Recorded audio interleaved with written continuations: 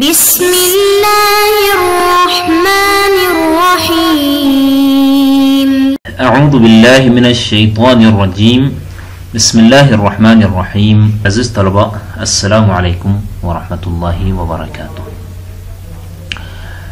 سلسلہ گفتگو علامہ ہلی کی کتاب کشف المراد فی شرح تجرید الاعتقاد کے حوالے سے جاری و ساری ہے. آج بحمداللہ ہم 54ویں درس کے اوپر ہم موجود ہیں. آج کے درس میں ہم اللہ تعالیٰ کے صفات میں سے ایک اہم صفت کہ اللہ تعالیٰ خیر محض ہے. اللہ تعالیٰ کی ذات خیر ہی خیر ہیں، اس میں کسی قسم کے شر کا پہلو موجود نہیں ہے. اللہ تعالیٰ خیر ہی خیر ہیں. اس کے اوپر خواجہ نے اور علامہ نے بڑی خوبصورت گفتگو کی ہے. اس سے ہم مختصر انداز میں انشاءاللہ آپ تک پہنچ جائیں گے اور اللہ تعالیٰ کے خیر محض ہونے کے اوپر استدلال جس طرح سے جتنی خوبصورتی سے انہوں نے کیا ہے اسے ہم آپ کی خدمت میں پیش کریں گے. فرمایا قال والخیریہ، والخیریہ یہ بھی وہیں پر عطف ہے جس طرح پہلے دروس میں ہوتا رہا ہے. اللہ تعالیٰ کا واجب الوجود ہونا اس کی خیریت پر بھی دلالت کرتا ہے. اقول علامہ ہلی فرماتے ہیں وجوب الوجود يدل على ثبوت وصف الخیریت للہ تعالی. اللہ تعالیٰ کا واجب الوجود ہونا اس بات پر بھی دلالت کرتا ہے کہ اللہ تعالیٰ کے لیے صفت خیریت ثابت ہے. ٹھیک ہے، اللہ تعالیٰ کو جب آپ نے واجب الوجود مانا تو اس کے واجب الوجود ہونے کا مطلب یہ ہے کہ اللہ تعالیٰ خیر ہی خیر ہے. اللہ تعالیٰ خیر ہے محض ہے. اللہ تعالیٰ کی ذات میں شر کا کوئی پہلو نہیں. اللہ تعالیٰ کی ذات خیر ہی خیر ہے، وہاں سے نیکی ہی نیکی، اچھائی ہی اچھائی ہے. کوئی برائی، کوئی شر، کوئی نقصان دہ کی کوئی گنجائش نہیں ہے. اللہ تعالیٰ کے لیے صفت خیریت بھی ثابت ہے بیکاز آف واجب الوجود. کیوں ثابت ہے بھائی؟ اللہ تعالیٰ کو ہم نے واجب الوجود مان لیا. ماننے سے اللہ تعالیٰ کی صفت خیریت کیوں کر ثابت ہوتی ہے؟ کس لیے ثابت ہوتی ہے؟ کیوں ثابت ہوتی ہے کہ اللہ تعالیٰ خیر ہی خیر ہے؟ لأن الخیر عبارت عن الوجود. دیکھیں خیر کہتے ہیں کسے؟ خیر عبارت ہے وجود سے. خیر کسی بھی چیز کے وجود کو خیر کہا جاتا ہے. والشر عبارت عن عدم کمال الشیء من حیث هو مستحق له. ٹھیک ہے، خیر کیا ہے؟ خیر یعنی کسی بھی چیز کے اندر ان تمام کمالات کے موجودگی کا نام ہے، ان تمام کمالات کے وجود کا نام ہے جو اس کے لیے مستحق ہے. اللہ تعالیٰ ایک ذات ہے. اللہ تعالیٰ ایک ذات ہونے کی حیثیت سے اللہ تعالیٰ کے لیے صفت خیر ثابت ہونے سے مراد یہ ہے کہ اللہ تعالیٰ کے لیے ہر وہ کمالات حاصل ہیں، ہر وہ کمالات موجود ہیں، ہر وہ کمالات ثابت ہیں جو اس کے لیے سزاوار ہیں. اللہ تعالیٰ ایک ذات ہے، ایک عظیم ذات کے لیے کون کون سے کمالات چاہیے ہوتے ہیں، کون کون سے کمالات کا ہونا سزاوار ہے. ان تمام کمالات سے اللہ تعالیٰ متصف. اللہ تعالیٰ کے پاس وہ تمام کمالات موجود ہیں. اسے کہتے ہیں خیر. الخیر لأن الخیر عبارت عن الوجود، کیونکہ خیر عبارت ہے ان تمام کمالات اور فضائل اور اوصاف کی موجودگی کا، وجود کا، جو اس ذات کے لیے سزاوار ہیں. جبکہ اس کے مقابلے میں کیا ہے؟ اس کے مقابلے میں والشر، شر ہے. والشر عبارت عن عدم کمال الشیء من حیث هو مستحق له. کسی چیز کا کمال نہ ہونے کو شر کہا جاتا ہے.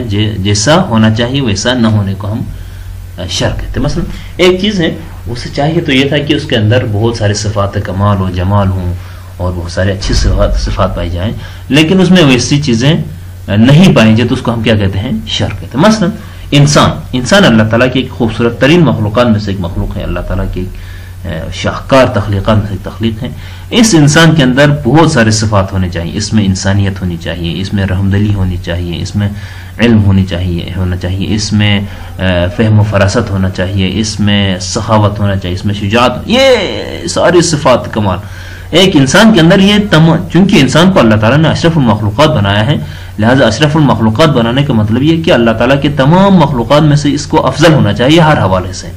تو تمام مخلوقات کے لیے اس کے دل میں اچھائی کی گنجائش ہو، اس کی طرف سے باقی تمام مخلوقات کے لیے اچھا ہی ملے. یعنی وہ ساری اچھی صفات جن کا یہ انسان مستحق ہے وہ سارے وہاں پر ہونا چاہیے. لیکن بدبختی سے اگر کوئی انسان ایسا ہو کسی انسان کے دل میں، کسی انسان کے اندر نہ سخاوت ہو، نہ شجاعت ہو، نہ علم ہو، نہ حلم ہو، نہ انسانیت ہو، نہ ہمدردی ہو، یہ جتنی اچھی صفات ہیں ان میں سے کوئی بھی نہ ہو، تو وہ انسان شر محض کہلاتا ہے. اس انسان کو خیر نہیں کہا جاتا، بلکہ اسے یعنی وہ جیسا ہونا چاہیے تھا ویسا نہ ہوا، لہذا وہ شر محض ہے. ٹھیک ہے. پس خیر اور شر کا جاننے کے لیے ہمارے پاس ایک ہی پیمانہ ہے، وہ یہ ہے کہ کسی بھی ذات کے اندر اس کے لیے سزاوار جتنی بھی چیزیں ہیں، جس کے لیے جتنی بھی چیزیں سزاوار ہیں، جتنی صفات سے متصف ہونا اس کے لیے اس کی شان میں ہے، اگر وہ سب موجود ہوں تو اس کی موجودگی، ان کی موجودگی کو ہم خیر کہتے ہیں. اگر کسی میں وہ ساری صفات جو اس میں ہونی چاہیے تھی لیکن نہیں ہیں، وہ سارے کمالات، وہ سارے فضائل جو اس کی شان کے مطابق ہے، اس کی شان یہ تھی کہ اس کے اندر یہ ساری چیزیں ہوں، لیکن اگر نہ ہو تو یہ شر محض ہو جاتا ہے. ٹھیک ہے. یہ خیر اور شر کی ایک عبارت، ایک تعریف یہاں پر ہو گئی. وواجب الوجود يستحيل ان يعدم عنه شيء من الكمالات. بھائی دیکھیں، ہم نے ایسا ہی دعویٰ نہیں کیا کہ اللہ تعالیٰ کو واجب الوجود ماننے کا مطلب یہ ہے کہ وہ دلالت کرتا ہے کہ اللہ تعالیٰ کے لیے صفت خیریت بھی ثابت ہے. ایسا ہی نہیں کیا، بلکہ ہم اس بنیاد پر کہتے ہیں واجب الوجود یستحیل ان یعدم عنہ شیء من الکمالات. واجب الوجود کے لیے محال ہے کہ اس سے ان کمالات میں سے کوئی ایک چیز بھی معدوم ہو جائے. جو کمالات، جو فضائل، جو اوصاف ایک ذات واجب الوجود، اس عظمت والی ذات کے لیے سزاوار ہیں، ان میں سے کوئی چھوٹی سی صفت بھی، کوئی چھوٹی سی جو ہے کہ صفت کمال بھی اگر معدوم ہو جائے تو وہ واجب الوجود نہیں ہے. ٹھیک ہے. واجب الوجود کے لیے محال ہے کوئی چھوٹی سی جو ہے بات یا کوئی چھوٹی سی صفت بھی جو اس کے کمالات میں سے شامل ہے یا اس کے لیے ہونا چاہیے تھا، ان میں سے کوئی ایک چھوٹی معمولی صفت بھی معدوم ہو جائے، یہ ممکن نہیں ہے. واجب الوجود ہوتا ہی وہ ہے جو حسن محض ہے، جو خیر محض ہے. واجب الوجود ہوتا ہی وہ ہے جس کے اندر یعنی وہ ساری صفات جو ہم ایک عظیم ذات کے لیے ہم سمجھتے ہیں سزاوار ہیں، ایک عظیم ذات کے اندر ہونی چاہیے، ان تمام اوصاف کا ہونا ضروری ہے، ہونا واجب ہے، اور محال ہے کہ ان تمام اوصاف میں سے کوئی ایک صفت بھی کم ہو جائے یا معدوم ہو جائے. ایسا نہیں ہو سکتا. واجب الوجود وہ ہے جس سے اس کے اوصاف کمال میں سے کوئی ایک صفت بھی معدوم نہیں ہو سکتی، معدوم ہونا محال ہے. لہذا فلا يتطرق الیہ الشر. جب دیکھیں ایک ایسی ذات ہے کہ جس کی ذات سے چھوٹی سی چھوٹی ایک صفت کمال بھی معدوم نہیں ہو سکتی ہیں، تو فلا يتطرق الیہ الشر، تو بس کسی بھی وجہ سے، کسی بھی طور پر اس ذات کی طرف شر کا تطرق نہیں ہو سکتا، شر نہیں آ سکتا ہے. ہم نے اوپر کہا نا کہ یعنی خیر یہی ہے کہ اس کے خیر سے مراد یہ ہے کہ ایک ذات ہے، اس کے پاس اس کی جتنی چیزیں اس کی شان کے مطابق تھی، جتنی صفات کا ہونا سزاوار تھا، وہ ساری کے ساری موجود ہیں، اور شر وہ ہے جس میں سے اس کی صفات معدوم ہو جائیں. لہٰذا اللہ تعالیٰ واجب الوجود ہے تو اس کے لیے محال ہے کہ اس کے صفات میں سے کوئی صفات معدوم ہو جائیں. پس یعنی اس کے لیے جتنی صفات، جتنے کمالات سزاوار ہیں وہ سب بالفعل موجود ہیں.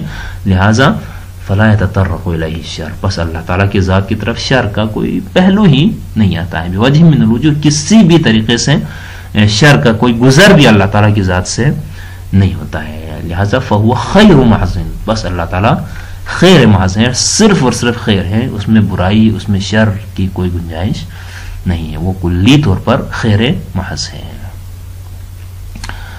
بس اگر ہم ان بیانات کو اگر نتیجہ کے طور پر لانا چاہیں، نتیجہ کریں، یہیں سے آپ سوالات بھی بنا سکتے ہیں، سوالات بھی آپ کے سامنے رکھے جا سکتے ہیں. خیر، اس کو ہم اگر اپنے لفظوں میں اگر مختصراً اگر کہنا چاہیں تو ہمارے سامنے دو چیزیں آ گئی، دو چیزیں ہمارے سامنے آتی ہیں، ایک خیر، ایک اور شر. خیر کا مفہوم اور شر کا مفہوم. خیر کا مفہوم کیا ہے؟ خیر کا مفہوم یہ ہے کہ کسی بھی چیز میں یا کسی بھی ذات میں ان تمام صفات کا موجود ہونا جو اس کے لیے مستحق ہے، جن کا وہ مستحق ہے. ہم نے مثال دی ایک انسان کی سمجھانے کی خاطر، تقریب ذہن کی خاطر، کہ ایک انسان اللہ تعالیٰ کے اشرف المخلوقات ہونے کی حیثیت سے اس کے اندر بہت ساری صفات کا ہونا چاہیے. اللہ تعالیٰ نے جن کوالٹیز کے لیے انسان کو خلق کیا ہے، اس انسان میں اگر یہ ساری کوالٹیز موجود ہوں، لہٰذا اسے ہم خیر محض کہتے ہیں. رسول اکرم صلی اللہ علیہ وآلہ وسلم رحمت للعالمین ہے، یعنی خیر ہے، خیر محض ہے، یعنی ایک ایسے انسان ہے کہ جس کے اندر جن تمام خوبیوں کو، خصوصیات کو اور خصائص کو ہونا چاہیے تھا وہ بدرجہ اتم موجود تھے، لہٰذا وہ خیر محض ہے.